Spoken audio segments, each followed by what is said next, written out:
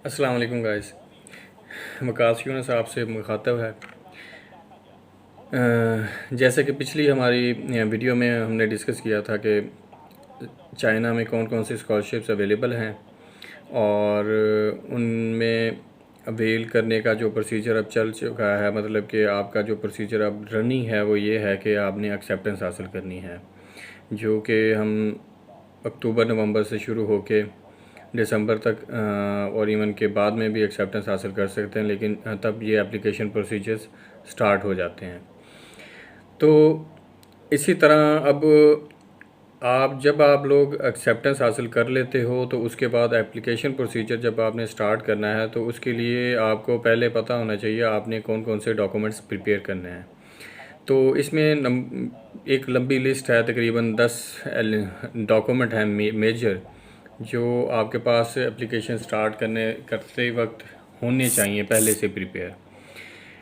तो इसमें सबसे पहले तो आपके पास अपनी जो एक पासपोर्ट साइज़ पिक्चर होनी चाहिए, जिसमें जिसका बैकग्राउंड जो हो बेसिकली वो वाइट होना चाहिए। वाइट बैकग्राउंड के साथ आपने एक अपनी पिक्चर बनवा के रख लेनी है।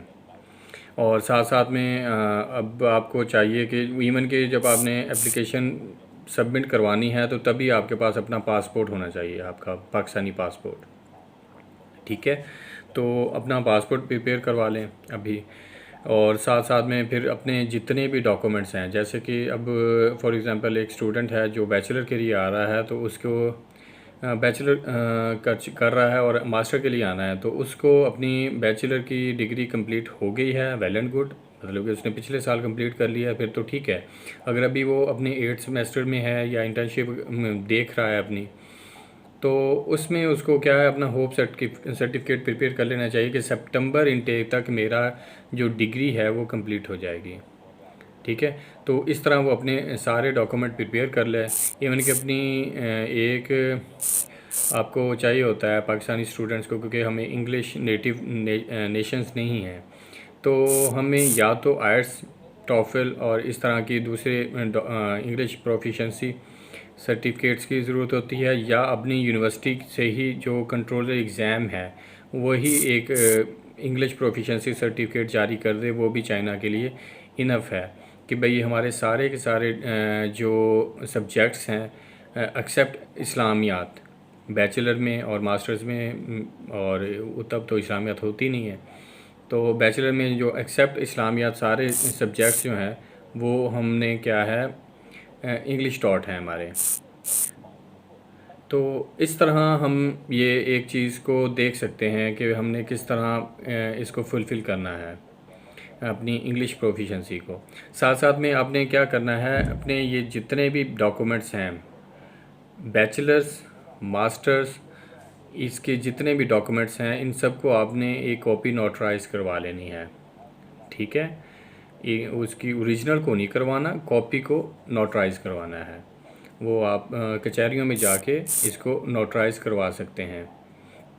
देन इसके बाद फ़िज़िकल एग्ज़ामिनेशन फॉर्म आ जाता है फॉर फॉरेनर्स। ये चाइना का अपना होता है, हर यूनिवर्सिटी का आप जब गूगल करेंगे तो आपको ये वाला physical examination form for foreigners मिल जाएगा। देन इसके बाद आता है हमारा कि एक्सेप्टेंस लेटर, जैसा कि जिसके ऊपर मैंने अपनी पिछली वीडियो में बताया कि आपने कैसे हासिल करना है। ठीक है, अब इन सारे डॉक्यूमेंट्स के बाद आ जाती है पुलिस करैक्टर सर्टिफिकेट।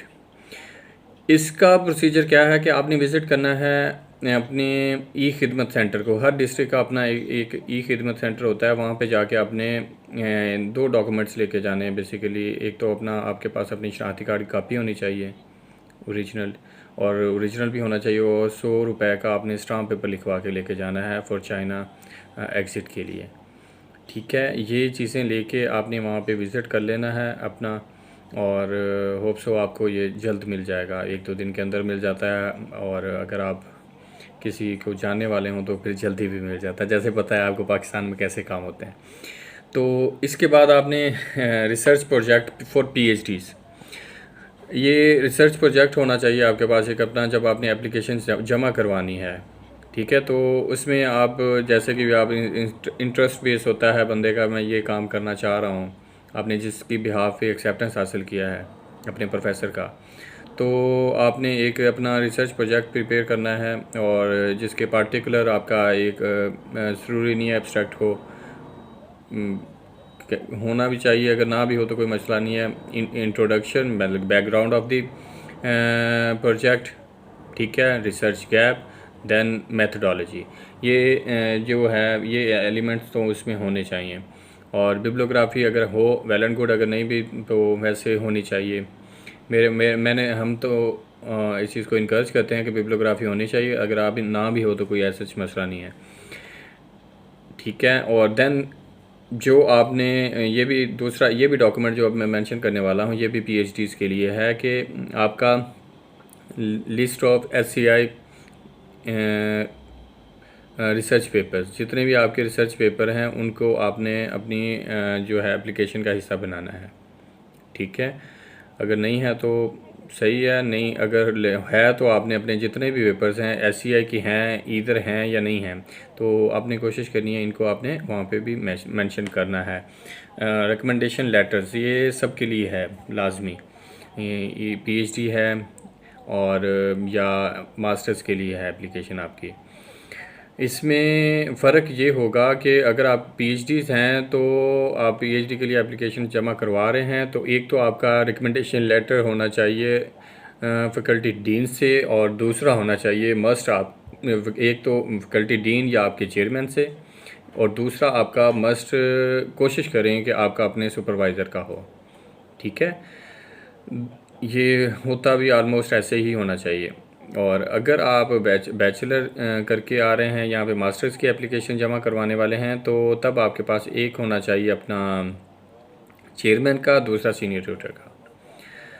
मेरी सजेशन यही है, बाकी हर बंदा मुख्तलिफ आपको और भी गाइडेंस दे सकता है, लेकिन मेरी सजेशन यही है कि आप ये इस तरह अपनी रिकमेंडेशन लेटर्स को कवर करें। देन सर आ जाता है आपका इंग्लिश प्रोफिशेंसी सर्टिफिकेट, जो मैं आपको पहले भी एलेबोरेट कर चुका हूँ। तो इस तरह आपको टोटल जो हैं डॉक्यूमेंट्स जो चाहिए वो हैं पिक्चर, आपकी passport size picture, passport, notarise documents, all bachelor to MPhil सबको आपने एक कॉपी को नोटराइज करवाना है, फॉरेन फिज़िकल एग्जामिनेशन का, acceptance letter, police character certificate, research project, list of scientific papers and recommendation letter and EPC.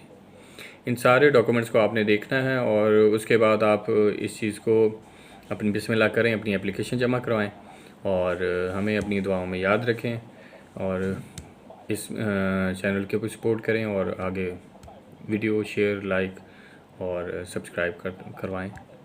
शुक्रिया, अल्लाह हाफिज़।